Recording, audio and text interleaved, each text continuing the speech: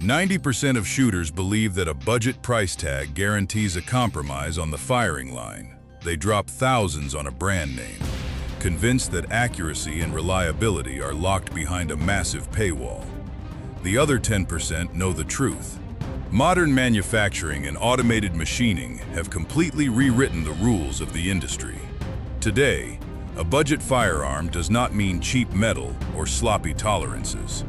It means stripped-down utility, brilliant engineering, and raw performance built for the dirt, not the safe.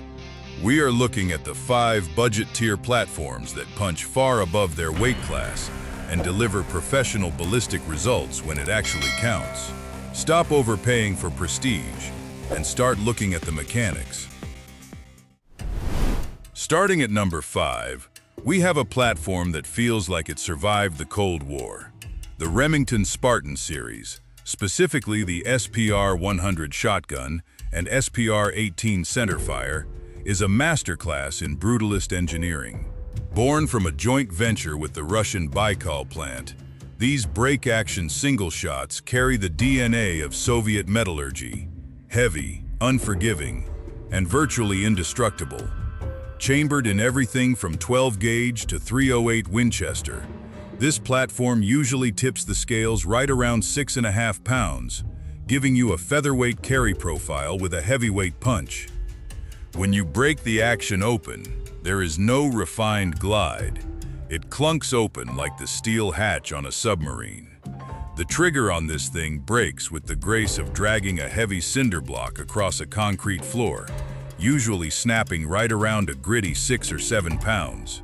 Touching off a 12-gauge shell through this lightweight frame delivers a recoil impulse that I can only describe as taking a stiff jab to the shoulder from a heavyweight fighter.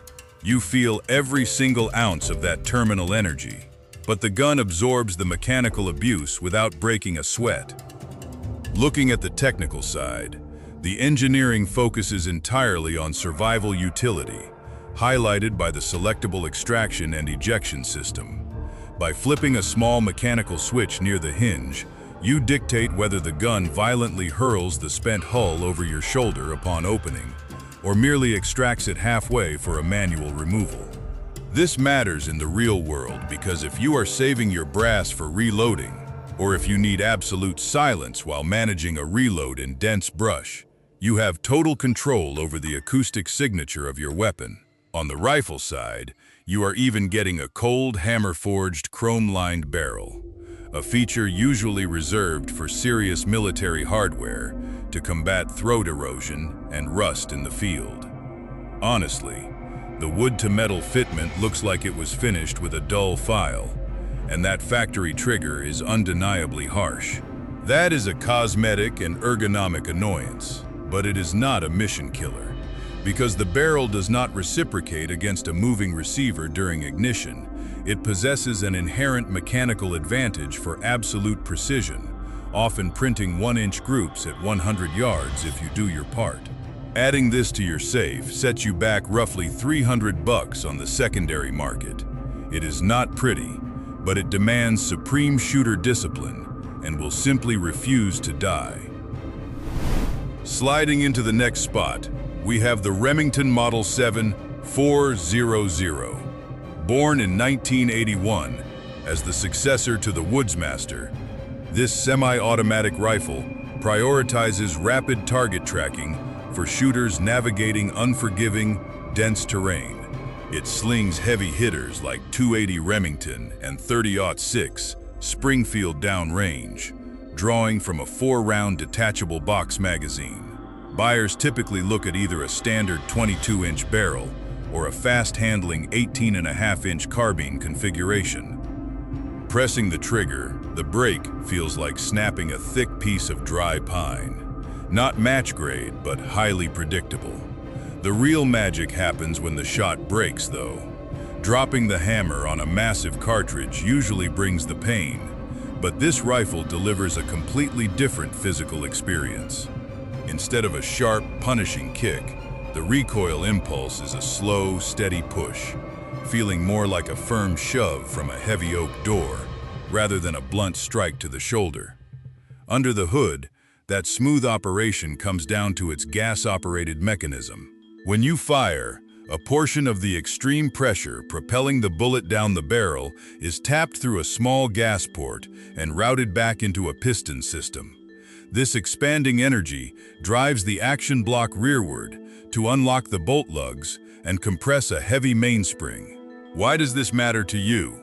Because tapping that physical energy to move heavy mechanical parts spreads the kinetic force out over a longer millisecond duration, radically dropping the recoil velocity and letting you stay flat on the optic for rapid follow-up shots.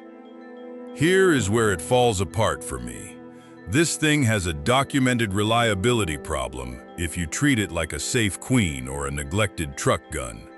The gas port and chamber demand a strict, obsessive cleaning schedule, because the moment carbon and copper foul the system, it transforms into a liability that fails to feed or extract under pressure. Add in an undersized magazine release that punishes cold hands, and an issue where factory finish can lock the bolt tight, and you have a real problem in a survival scenario. The damage to your wallet is generally around $500 to $600, but you will pay for it in maintenance hours if you want it to run when it matters. Entering the elite tier, we are looking at the Remington Model 783.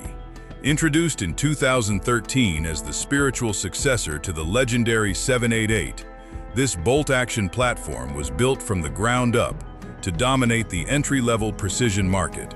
It eats .243 Winchester for breakfast and slings 6.5 Creedmoor downrange, drawing from a detachable steel box magazine. Tipping the scales right around 7.5 pounds, the foundation is anchored in a high nylon polymer stock, complete with dual aluminum pillar bedding, ensuring that temperature shifts in the field will not warp your zero. Dropping your finger on the proprietary crossfire system, the trigger snaps like a thin glass rod. You can tune that brake all the way down to 2.5 pounds, giving you a remarkably clean pull that completely eliminates shooter anticipation. Sending a heavy round downrange delivers a recoil impulse that feels like a firm, polite push rather than an angry snap, largely thanks to the heavy cylindrical steel receiver and thick recoil pad soaking up the violent vibration. Under the hood, the engineering strategy is brilliant. Rather than threading a shouldered barrel directly into the action, this rifle secures its free-floating Magnum contour barrel using a lock nut system. This mechanism allows the factory to clamp the recoil lug and establish flawless headspace with absolute concentricity during assembly. Furthermore, the magazine internal length measures exactly 2.870 inches. Why does that matter? It allows you to load significantly longer, high ballistic coefficient bullets without hitting overall length restrictions, letting you chase maximum velocity without cramming the projectile deep into the powder column. I know the traditionalists will hate seeing a budget rig ranked this high. Drop your take in the comments if you think an old-school action shoots better. My only gripe is the exterior finish. The matte black metal and molded plastic give it a lifeless, purely utilitarian vibe, but that is a cosmetic issue that does not degrade reliability. You are looking at roughly $400 to take it home. It is an absolute tack driver for the money, printing 1-inch groups with factory ammo, built for people who buy once and want raw results instead of pretty aesthetics. Closer to the crown, we find the Remington Model 7600.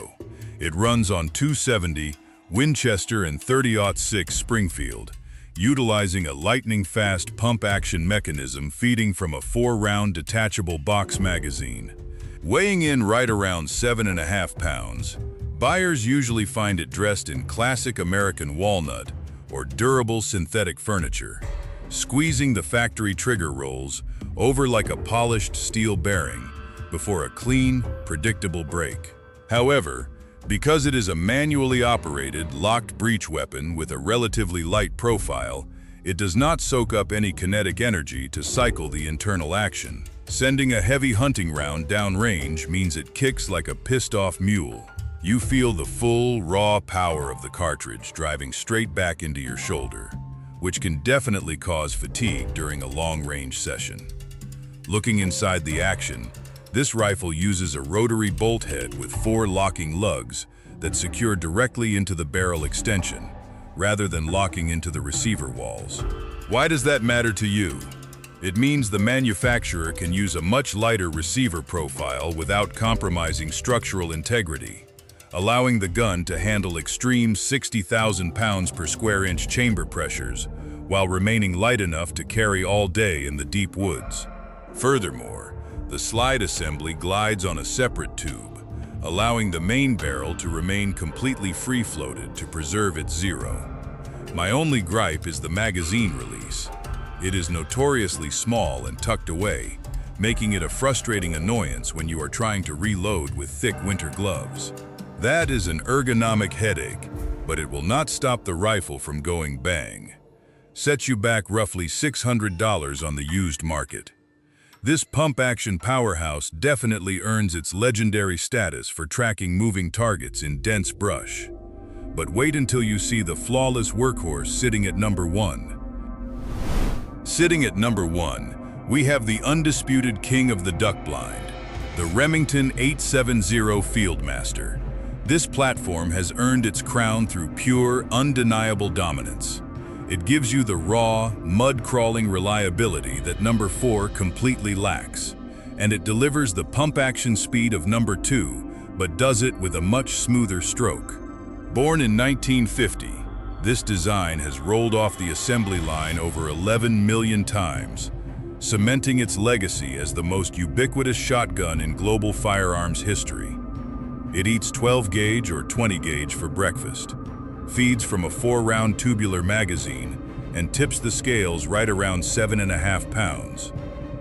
Running the pump on this heavy hitter feels like sliding a bank vault door shut, authoritative, heavy, and completely secure. Squeezing the trigger delivers a deliberate, solid snap.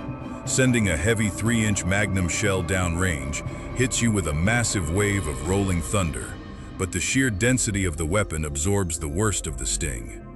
Because the internal parts are heavily polished from the factory, that steel-on-steel friction smooths out beautifully the more you run it, giving you a remarkably fluid stroke under pressure. Underneath the walnut furniture, the engineering is focused on absolute structural immortality.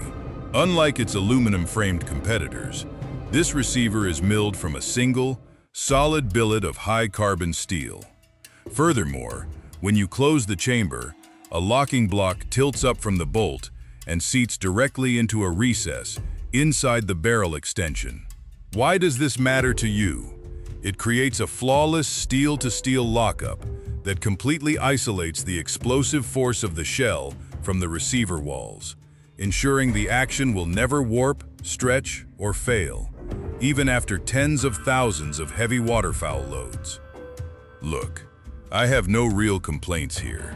The new Fieldmaster generation completely eliminated the notorious rusting and extraction issues that plagued the old Express models. But if you are looking for a hyper-lightweight bird gun to carry one-handed for 20 miles, this absolute brick of steel is not for you. It is built for hunters who demand structural perfection over carrying comfort. Street price is right around $600. It is the definitive workhorse of the American outdoors, period. That wraps up our look at the budget platforms that actually deliver when it counts. These rifles and shotguns prove that you do not need to empty your bank account to dominate in the field. It comes down to trusting the mechanics, putting in the trigger time, and knowing your gear inside and out. If you want the raw truth without the fluff, lock it in right here.